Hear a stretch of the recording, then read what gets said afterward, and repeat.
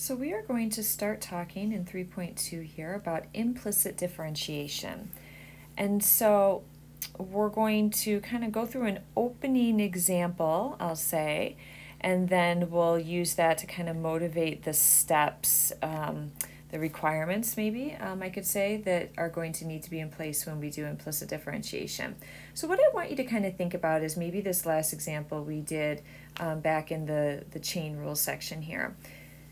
When I give you something in kind of a general term, and we're just saying h of x is some function f of g of x, we have to find the derivative in general, just recognizing that f and g are functions of x. So in this case, it required thinking about this outer structure of a chain rule. We'd say, okay, well then that means h prime is going to be f prime of g of x times g prime of x, like applying that chain rule in a very general way. That's what I want us to kind of start thinking about in this opening example.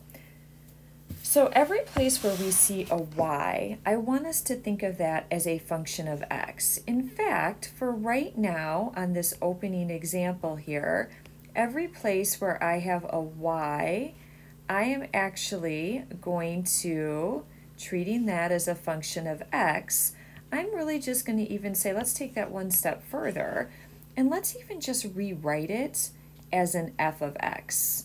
So suppose every place where I see a y, I'm being told to think of that as a function of x. So let's just call it f of x.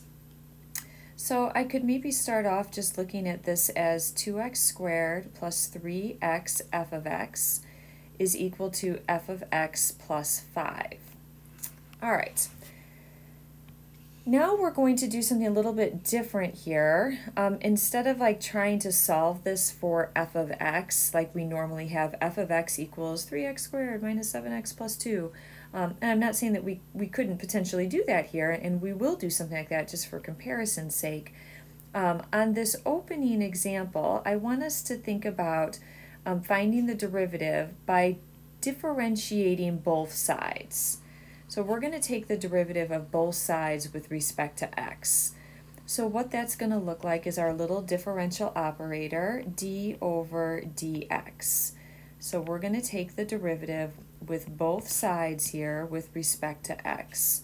So I'm going to take the derivative of my left side with respect to x, and then I'm going to take the derivative of my right-hand side with respect to x.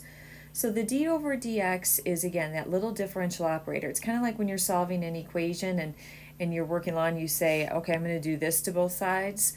It's kind of like telling the reader, I'm getting ready to take the square root of both sides. It's the square root operator. And that's really what we're doing here. We're saying we're going to take the derivative with respect to x of both sides. All right, so let's jump in and do that. So derivative of 2x squared, well, with respect to x, that's just a nice little power rule. That's just 4x. All right, well, let's think about the second term. If I have 3x times some function of x, in order to find the derivative of this term, I'm going to need to think about this as a little product rule situation here. So I would have, let's say the first factor left alone, the 3x, times the derivative of the second factor as a function of x, so f prime of x, and then plus changing that order. So then the derivative of the first function there would be 3, and then times the second function left alone, so times f of x. So this is the derivative using, of course, our chain rule here. Using our product rule here. This is the derivative of that term right there. All right, now, if it had been subtraction, I would need to be a little bit careful and either have a minus in front of that whole quantity, in this case it's just addition, or I would have needed to have lumped the negative in with the 3, so just be conscious of that type of thing. All right, on the right-hand side, the derivative of f of x, well, that's just going to be f prime of x, and then the derivative of 5, of course, is just going to be 0. So here's what I have, okay? So I have, let's just rewrite this. I have 4x plus 3x f prime of x plus 3f of x equals f prime of x. and I'm trying to find the derivative. I'm trying to find what I initially have denoted for you as dy dx in the directions, but right now we've temporarily kind of replaced, and I'm calling y f of x. So we need to isolate for f of x. So in order to get f of x, I'm sorry, we need to isolate for f prime of x. Sorry, I just misspoke there. So in order to do that, we're going to need to get everything on one side equal to 0. Sorry, we're going to need just habits of language here, thinking about solving equations. We're going to need to get all of the f prime terms on one side, not equal to 0, and then all of the terms that don't have an f prime on the other side. Sorry about that. So we're going to need to get all of our terms that essentially have the variable that we're trying to solve for here, f prime. So we're going to need to get all those f prime terms on one side, and all of the other terms are just going to stay over here on the other side. So my 4x is going to stay over here, and my plus 3f of x is going to stay over here. But now on the right-hand side here, I have my f prime of x, and then I now have a minus 3x times f prime of x. So the reason that we get all those terms on one side here equal to 0 is so we can actually factor out this f prime and then solve for it. So I can take that f prime of x here and just factor it out in front. So I can factor out f prime of x, and when I do, I will have 1 in the first term, and remaining in the second term, of course, is just the minus 3x. And then this allows me to solve for f prime. If I have f prime times this binomial, then I can just divide by that binomial on both sides. And so we now have solved for our f prime of x. So we now know that our f prime of x is equal to this 4x plus 3f of x over 1 minus 3x. So in some ways, you kind of are already going to know how to do a lot of these problems because we've used this sort of representation of some arbitrary function of x. We've used that previously. Now, when we're doing these implicit differentiation problems, kind of where we're headed, and the directions actually said find dy dx. So f was just how I temporarily replaced y, just for us to kind of look at it in a somewhat familiar way. But really, my f prime is going to being asked to denote it as dy dx. And that also means that my f of x, that was my temporary replacement, really just for what y was. So that's what I replaced y. If you look up at the top in yellow, I replaced, you know, the y with an f of x. So here's what I end up with. I end up with my dy dx as 4x minus 3y over 1 minus 3x. So guess what? That's implicit differentiation. And I've taught you nothing new. But let's make some observations of the process because we're not going to really see it written out this way. So unfortunately, you do have to kind of learn something new. You have to develop some different notation, essentially, because you're never going to really see an implicit differentiation problem written out this way. So what did we do up here? So let's take a look. So first of all, implicit differentiation, what is it? Why do we need it? So it's typically going to be used when we, so it's going to be used to differentiate when we have an equation that is not of the form where we're able to just nicely solve it for y and have like y equals and then just some sort of, you know, function of x on the right-hand side. So where we can't really get y isolated and then like all the x terms on the other side. Now that's what we've had up until this point for the most part. But this is when it's going to be used. So for example, that first one up there, it wasn't y equals something. Now we could have probably gotten it into that form, but that's a separate issue. We're going to use it for situations that are not of this form, especially the ones that can't be solved for y initially. So what was really the first step that I did, other than I had us replace y with f of x, but that was just to make you see that you kind of already know how to do this thing we're about to do. The first thing we really did was what was in red. We differentiated both sides with respect to x. So we differentiated both sides with respect to, really, it could be any input variable, but I'm going to just kind of write these steps out in our typical, input independent variable x and the output as being the y.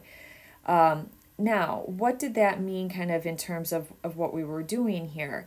It meant that every time I took a derivative of f, I denoted it as f prime, okay? Because I didn't really know what f was, so I just denoted it, I just called it f prime. So we need to sort of translate that back into XY language. So every time you're going to differentiate a y, you're going to introduce a factor of dy dx. So you're going to introduce a factor of dy dx. Now the opening example we had was relatively simple. In the parentheses I put here, think chain rule. Incidentally, I'm going to put some asterisks around this whole statement. This is really the crucial part of this process. So when I say think chain rule, I mean, we could even go back up and look at our last example from last time.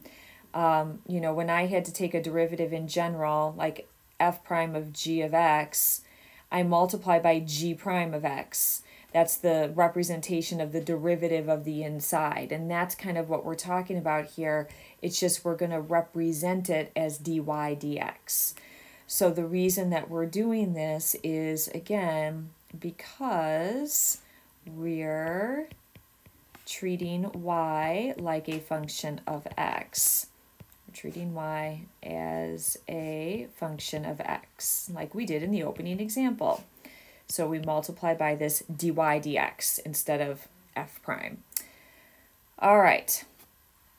Now, the other thing here, so I'm going to highlight this. So this is the key. Every time you differentiate a y, you have to know to introduce this factor here of dy dx. So this is the crucial piece of the puzzle here. All right, the last piece of the puzzle is to solve it for dy dx, solve for your derivative that you're trying to find, essentially. Now, we kind of went through this step up above. We were just using f prime. So if that which you're trying to solve for, some basic algebra stuff here in parentheses, some of them, the dy dx, there may only be one of them, and in those situations it'll be relatively easy, I think, to solve for dy dx. But in situations where the dy dx is in more than one term, you may have to do just a little bit of that algebra that we did up above, which is going to involve getting all of your dy dx terms on one side,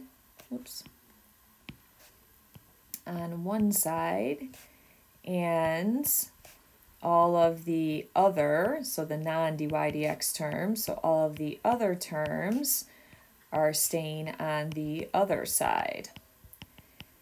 And the reason that we do that is in step 2 here is so we can factor out, just like we did in the opening example, we want to factor out dy dx so we can solve for it, and that's our last step here. We're going to solve for dy dx. And if you factored it out, that means you're going to have dy dx times something else, and so that means you'll be able to kind of finish out that solving step by doing a little division.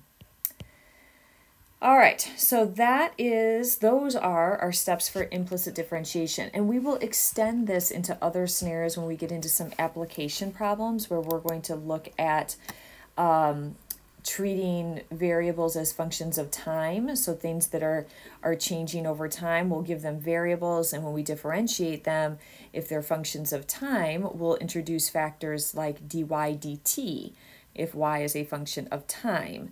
So kind of pointing that out here, whatever you are differentiating with respect to, so if I am differentiating with respect to x up here, so if I am differentiating with respect to x, then that is going to be the dy d whatever that variable is. So if I was differentiating with respect to t, I would introduce a factor of dy dt.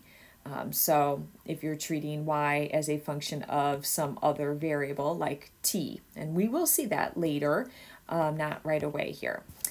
All right, so next time we'll come back and start to get into some examples here.